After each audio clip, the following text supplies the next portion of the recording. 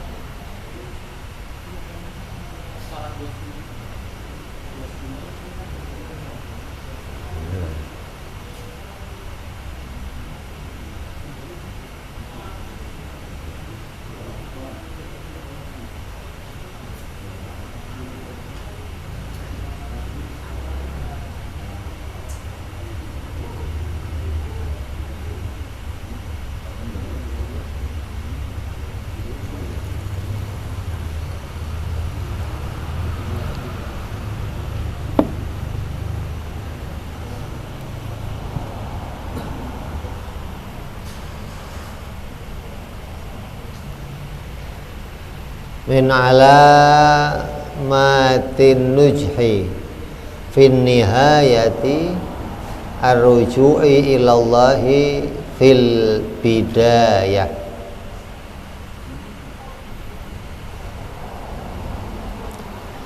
Yang artinya, dan di antara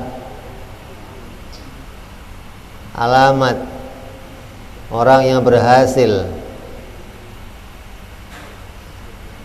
dan bahagia pada akhir usahanya adalah kembali kepada Allah sejak permulaannya.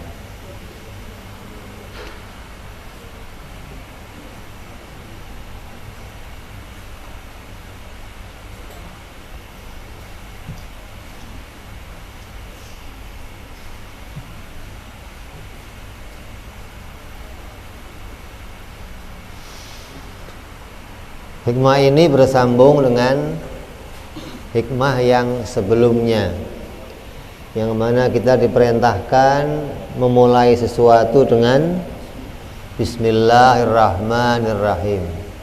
Maknanya di permulaannya kita bergantung kepada Allah Subhanahu wa ta'ala. Maka dilanjutkan dalam hikmah ini bahwa di antara alamatnya orang yang akan berhasil dan bahagia pada akhir usahanya adalah kembali kepada Allah sejak permulaannya.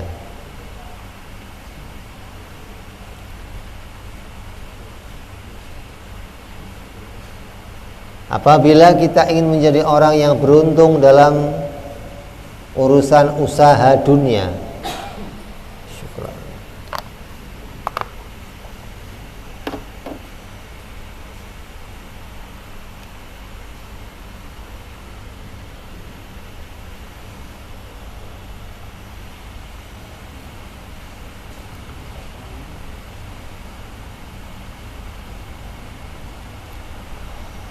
seperti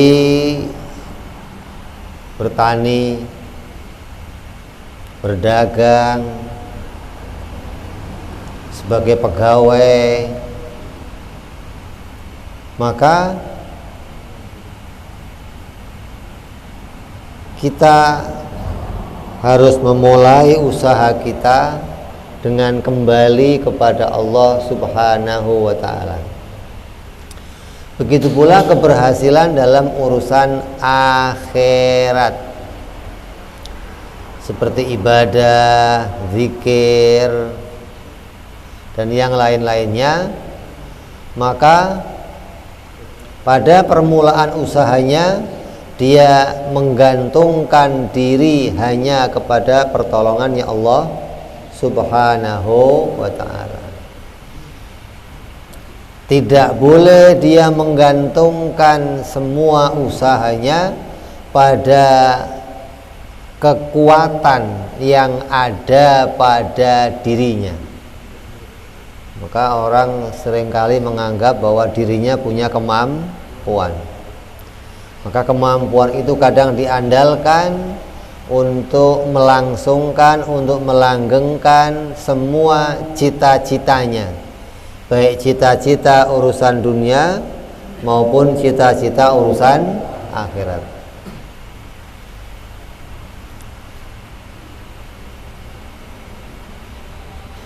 Maka orang yang menggantungkan semua itu pada urusan dirinya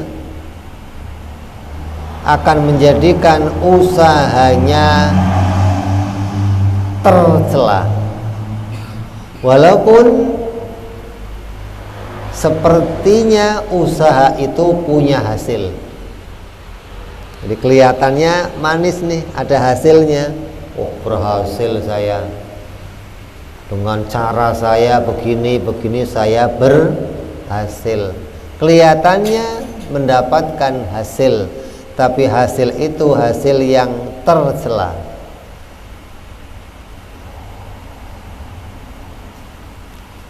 Adapun usaha yang dimulai dengan tawakal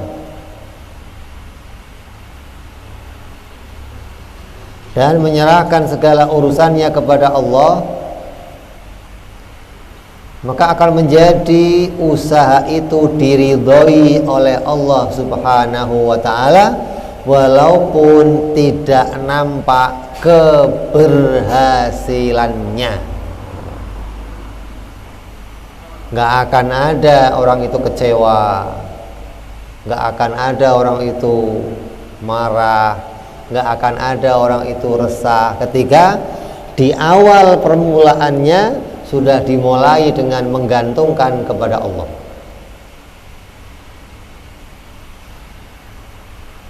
Beda sama orang yang dari awal dia tidak menggantungkan diri kepada Allah. Berhasilnya saja tercela. Kalau nggak berhasil, bunuh diri. Ketika nggak berhasil, kecewa, marah. Tapi orang yang dari awal menggantungkan segala usahanya kepada Allah, ketika dia tidak berhasil, tidak berhasilnya saja diridhoi oleh Allah. Ketika hasil, maka dia mendapatkan 2 keuntungan. Maka siapa yang menggantungkan sebuah usaha pada dirinya sendiri, maka usaha itu tercela walaupun punya sebuah hasil, maka hasil itu juga tercela. Dan orang yang menggantungkan sebuah usaha pada kemampuan dan kepintaran sendiri, maka Allah akan menyerahkan seluruh urusan usaha itu kepada dirinya sendiri. Hingga akan menjadi sulitlah segala pekerjaannya. Sebagaimana kita ingat perbedaan antara keadaan perang Badar dan perang Hunain di zaman Nabi Muhammad sallallahu alaihi wasallam. Bagaimana keadaan sahabat pada perang Badar dan bagaimana keadaan sahabat pada perang Hunain. Ini dua-duanya berbanding terbalik nih. Pada perang Badar, umat Islam jumlahnya hanya 313. Orang kafir jumlahnya 1000. Perang Hunain sebaliknya, umat Islam 10.000, orang kafir sedikit. Coba banding terbalik. Makanya ketika perang Badar, umat Islam murni menggantungkan seluruhnya kepada Allah dan Allah berikan kemenangan. Pada perang Hunain, umat Islam menggantungkan pada banyaknya jumlah, malah Allah jadikan mereka kalah dan kocar kacir. Ini peristiwa yang harus kita ingat. Ada perang Badar, ada perang Hunain. Maka yang mengingatkan langsung Al-Quran, Allah mengingatkan kepada para sahabat, bagaimana kamu menggantungkan kemenangan pada jumlah kamu, sedangkan kemenangan itu aku yang memberinya. Walaupun jumlah kamu banyak, kalau saya nggak ngasih menang, ya nggak bakal menang. Seperti kejadian perang Badar, jumlahnya orang kafir banyak, tapi Allah nggak kasih kemenangan, gitulah. Jadi peristiwa ini mengingatkan kita bahwa tidak bolehnya kita mengandalkan kekuatan kita di dalam memulai sesuatu. Orang yang beramal dan bekerja dimulai dengan berserah diri kepada Allah, maka itu akan menjadi benteng dari kesyirikan dan kerusakan. Benteng dari kesyirikan dan kerusakan,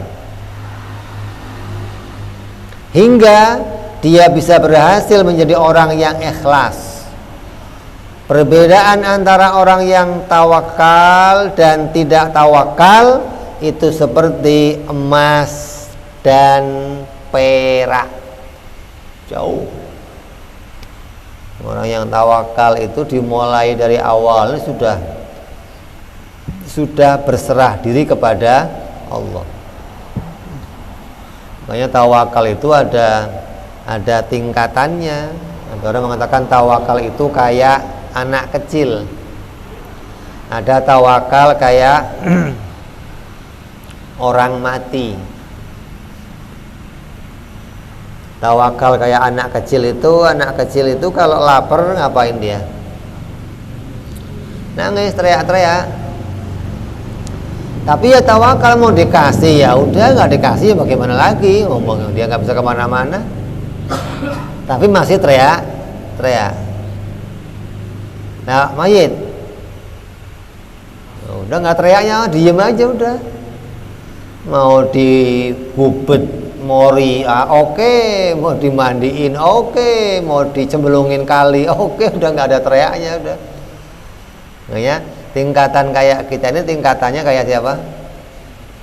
Bayi, atau kayak orang tenggelam, orang yang mau tenggelam, teriak-teriak dia, tolong. Dan dia ucapannya itu hanya bentuk sebagai ucapan, tapi dia mengandalkan yang lainnya untuk bisa menolong. Lah yang lain yang diandalkan siapa? Harus Allah Subhanahu wa ta'ala. Gak boleh yang diandalkan dirinya sendiri, gak boleh yang diandalkan orang lainnya, gak boleh.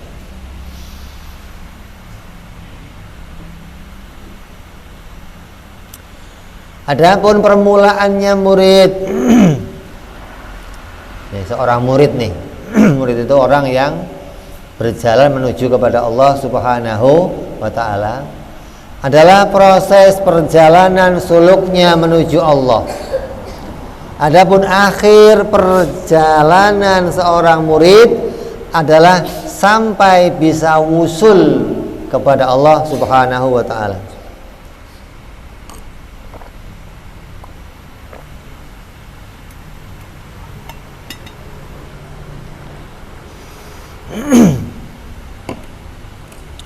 Wusul itu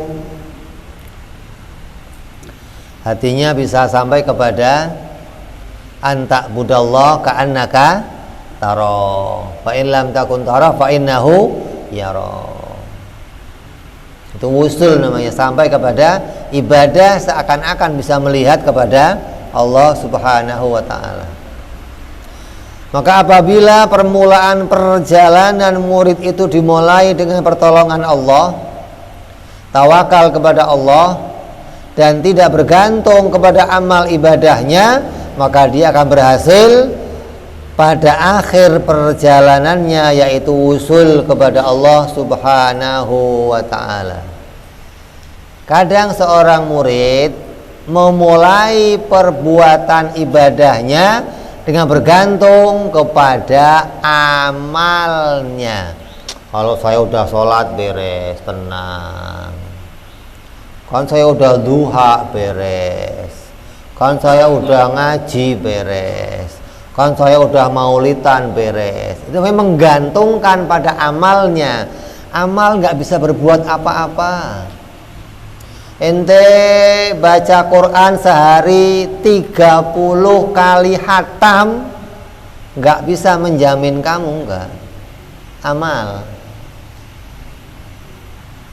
Ente sehari umroh 30 kali, enggak menjamin ente, enggak.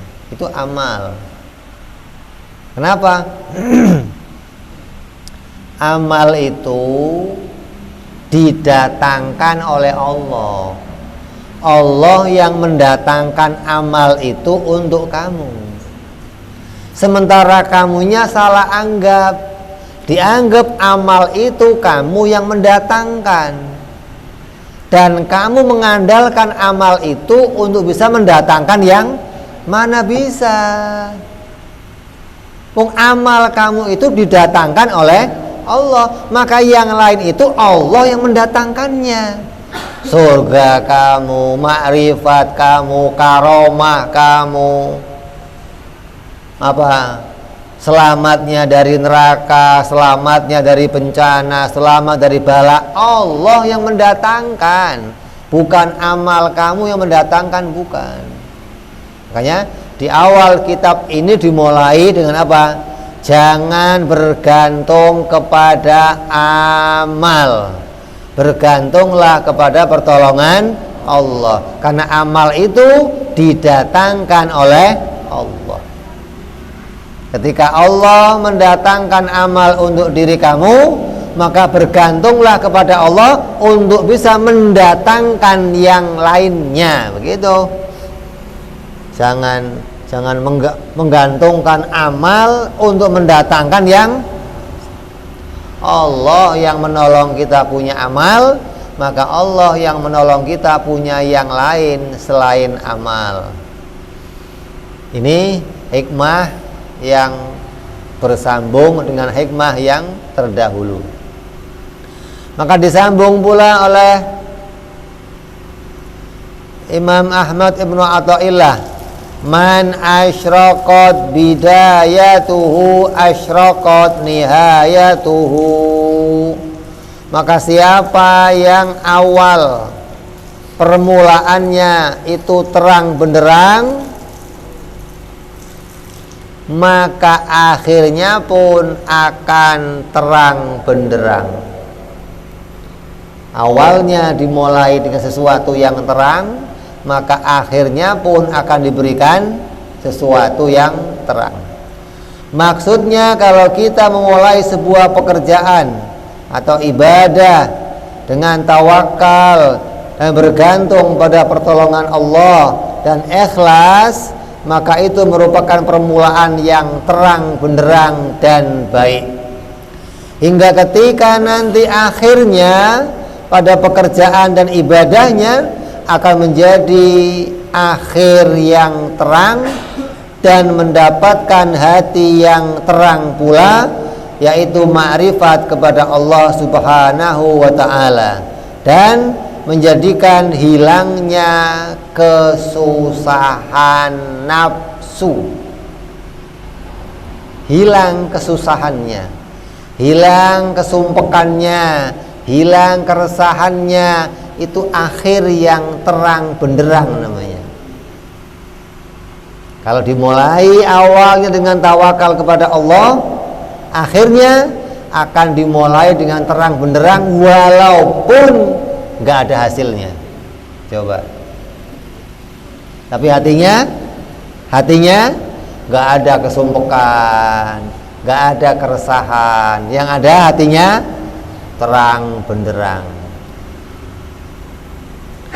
Untuk bisa mendapatkan keberhasilan dan kesuksesan di dunia dan di akhirat, harus dimulai dengan cara yang benar. Ini penting nih. Dan berurutan. Apa? Cara yang pertama untuk bisa menghasilkan keberhasilan dan kesuksesan di dunia dan di akhirat. Yang pertama, kita harus menata pola pikir dengan cara yang benar.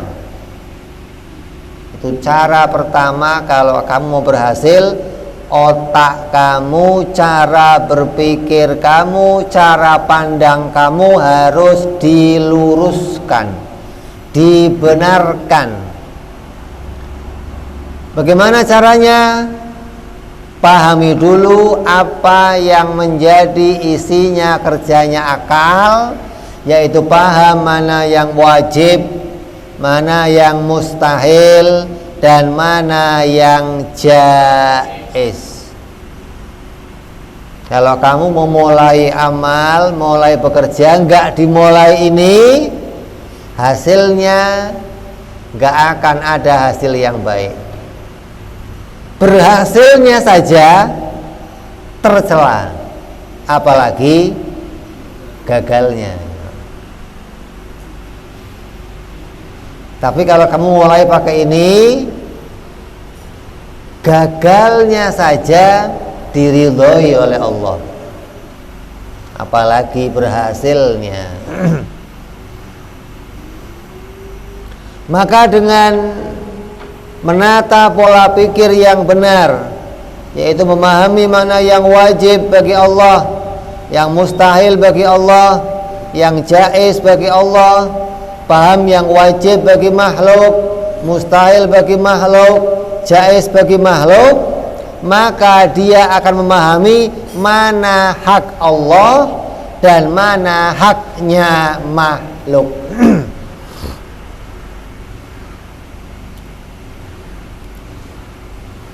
Yang kedua, cara yang kedua adalah melepaskan diri dari keterikatan pada hukum adat. Lepaskan keterikatan hati kamu pada hukum adat, pada kebiasaannya manusia. Api bisa membakar, nasi bisa mengenyangkan, uang bisa mendatangkan kebahagiaan, air bisa menyegarkan, obat bisa menyembuhkan. Itu semua namanya adat kebiasaan manusia. Lepaskan hati kamu dari itu hingga hati itu bisa bersih dan menerima bahwa segala yang muncul itu dari murni kekuasaannya Allah Subhanahu wa ta'ala. Ketika kamu pegang api panas, Allah yang bikin panas. Ketika makan kenyang, Allah yang bikin kenyang. Ketika mendapatkan sakit, minum obat, Allah yang bikin sehat. Itu namanya melepaskan diri hatinya dari keterikatan hukum adat. Bukan melepaskan diri itu maknanya kalau sakit nggak minum obat, bukan. Superman namanya kamu kalau begitu. Kalau lapar nggak usah makan, nanti Allah yang kasih kenyang. Superman itu yang begitu. Bukan itu, tetap makan tapi hatinya nggak mengandalkan bahwa makan yang bikin kenyang. Hatinya mengandalkan Allah yang pasti kenyang itu datangnya dari Allah Subhanahu wa ta'ala. Makanya nanti kalau dalam ilmu mantek itu ada pelajaran, ada dua sandaran. Kalau sandaran menciptakan kepada Allah itu namanya sandaran hakiki. Kalau sandaran kepada makhluk namanya sandaran majazi. Air bikin subur itu majazi, bukan hakiki, bukan. Nasi bikin kenyang itu majazi. Api bikin panas itu majazi. Tapi matanya begitu kelihatan, Bib. Iya. Tapi akal bisa tahu mana yang hakikinya. Maka tata pola pikir dengan pola pikir yang benar dulu, kamu akan tahu mana yang hakiki terjadi. Kamu nggak akan tertipu dengan apa yang terlihat di mata. Yang air di mata itu majazi, bukan hakiki menurut ilmu, menurut makna akli. Hingga hati bisa bersih dan menerima bahwa segala yang terjadi itu muncul dari kekuasaan Allah Subhanahu wa ta'ala. Yang ketiga, selalu berharap keselamatan dirinya kepada Allah. Pola pikirnya ditata, matanya dibereskan, tahu mana yang hakiki, gak tertipu sama apa yang dipandang matanya. Hatinya kembali penuh pada pertolongannya Allah Subhanahu wa ta'ala. Maka tiga ini bisa kamu mulai, kamu akan mendapatkan kesuksesan dunia dan akhirat pasti. Loh, ini pastinya majazi apa hakiki? Majazi. Hakikinya Allah mendatangkan keselamatan dengan jalan ini, begitu. Ini jalan yang Allah kasih. Maka Allah yang mendatangkan keselamatannya, Allah yang mendatangkan keberhasilannya.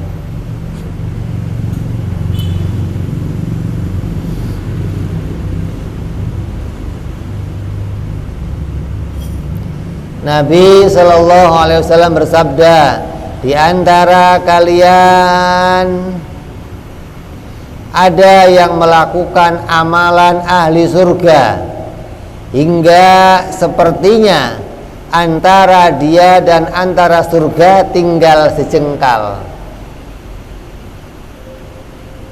tapi telah ditulis takdirnya oleh Allah. Lalu dia melakukan amalan ahli neraka dan dia dimasukkan neraka oleh Allah Subhanahu wa ta'ala. Padahal semua orang menganggap ini pasti surga, tapi tulisannya neraka, maka Allah masukkan dia ke dalam neraka. Ada juga di antara kalian yang melakukan amalan ahli neraka, hingga antara dia dan di antara neraka seakan berjarak hanya sejengkal, tapi ditulis oleh Allah dalam takdirnya, lalu dia melakukan amalnya ahli surga dan dia dimasukkan surga oleh Allah. Orang menyangka ini pasti neraka, tapi tulisannya surga, maka Allah masukkan dia ke dalam surga. Maka dari hadis ini banyak orang yang protes, apalagi setan, itu menjadikan hadis ini untuk membuat kita nggak beramal apa-apa. Ngapain ente ngamal? Capek-capekin, kalau tulisannya surga pasti surga, kalau tulisan neraka pasti neraka. Itu setan paling seneng bawa hadis ini. Kenapa? Karena banyak orang salah paham tentang makna hadis ini, hingga gampang digelincirkan oleh setan gitu.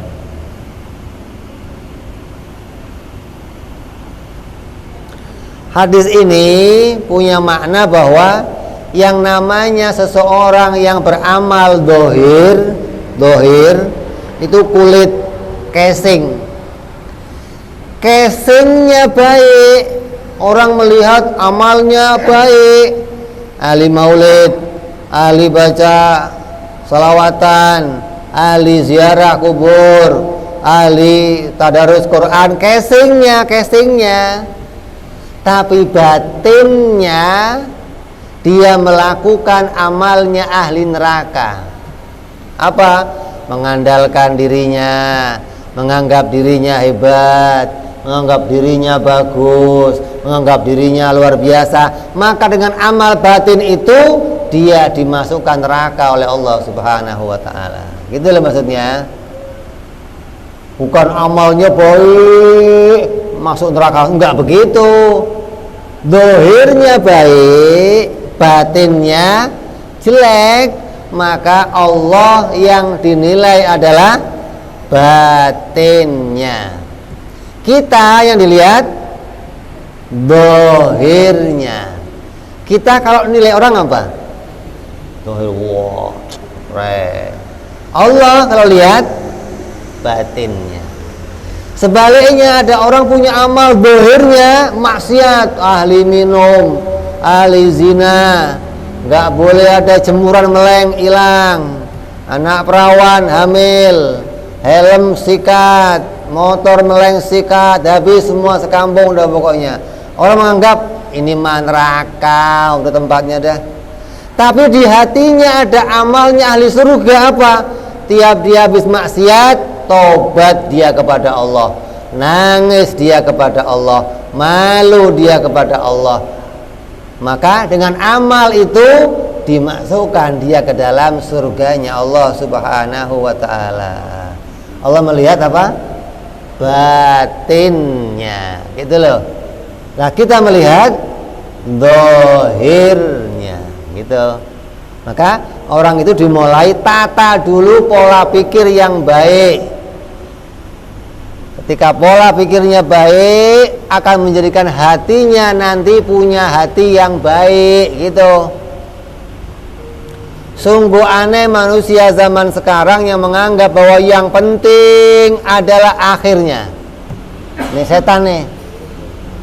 Dengan hadis tadi, setan menganggap yang penting itu akhirnya. Ente tobat sekarang ngapain? Tobat lagi maksiat, tobat ntar aja akhir. Yang penting akhirnya beres-beres semua gitu. Siapa yang baik akhirnya maka dia akan selamat. Bagaimana mungkin bisa mendapatkan akhir yang baik bila tidak dimulai dengan awal yang baik? Gitu maksudnya. seorang ahli ibadah dan selalu melakukan amal ahli surga adalah awalan yang baik. Tapi bila pada hatinya kemudian merasa bahwa dia telah menjadi orang yang baik dan dia bisa berbuat baik, lalu dia bangga dengan kebaikan yang dia menyangka datang dari dirinya sendiri dan menganggap bahwa tempatnya pasti di surga, maka itu adalah akhir yang jelek. Itu awalnya pola pikirnya udah nggak bener nih. Ketika dia menata ibadahnya tidak dimulai dengan awal yang baik, dia menggantungkan kepada amalnya, menganggap amal itu dari dirinya, hingga dia menganggap ahli surga, maka akhirnya dia nggak akan baik. Gitu loh. Jadi awalnya udah nggak ngerti mana wajib, mustahil, jaiz, nggak ngerti haknya Allah yang menjadikan sebuah amal, menganggap amal itu muncul dari dirinya sendiri.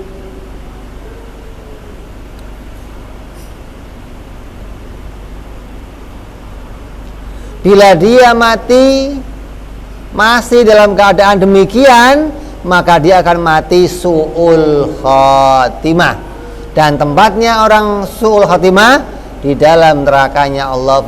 Na'udzubillahi min dzalik.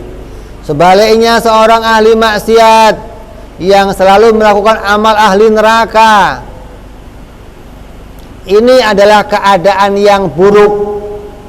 Tapi bila kemudian selalu muncul di hatinya penyesalan, selalu muncul pengharapan ampunan dari Allah, maka itu akhir yang baik. Bila dia mati dalam keadaan hatinya dengan taubat dan penyesalan, maka dia mengharapkan rahmatnya Allah subhanahu wa ta'ala, maka dia mati dalam keadaan husnul khatimah dan tempatnya di dalam surga.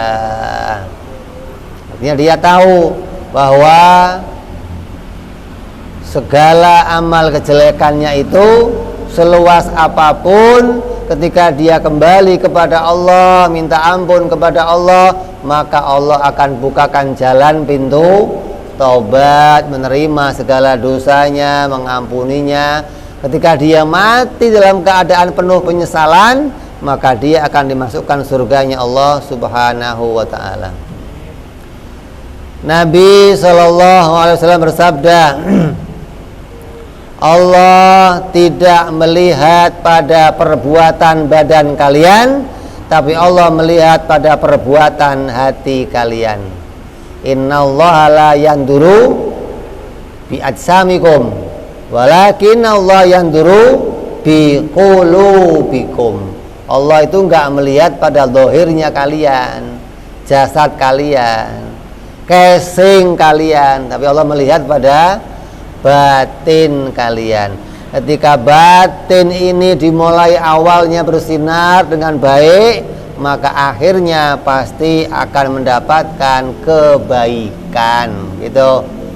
Maka ini hikmah yang mengantarkan kita, kalau kamu ingin sukses dunia akhirat, inilah caranya.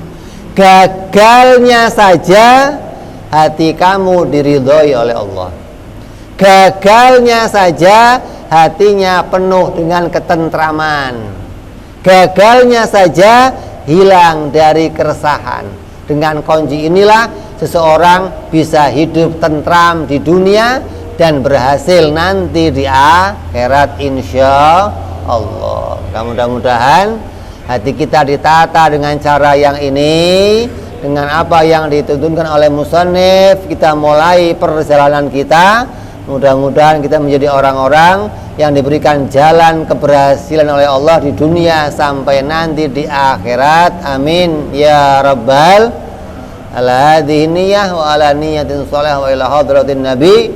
Al-Fatihah. A'udzu billahi minasyaitonir rajim. Bismillahirrahmanirrahim. Alhamdulillahi rabbil alamin arrahmanir rahim maliki yaumiddin.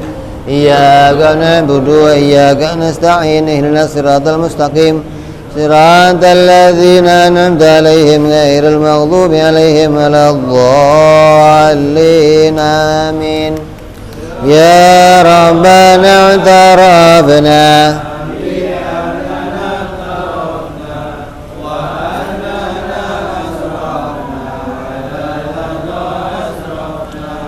وتب علينا توبة واستر لنا عوراتي وآمن رأتي لوالدينا ربي والآل والإخوان وكل ذي محبة المسلمين أجمعين ربي فضلا وجودا منا لا باكتساب منا بالمصطفى رسولي صلى وسلم ربي عليه عد الحبي وآله وصحبه عدد طاس صحبي والحمد لله في البدء والتناهي سبحان ربك رب العزة عما يصفون سلام على المرسلين والحمد لله رب العالمين. Assalamualaikum warahmatullahi wabarakatuh.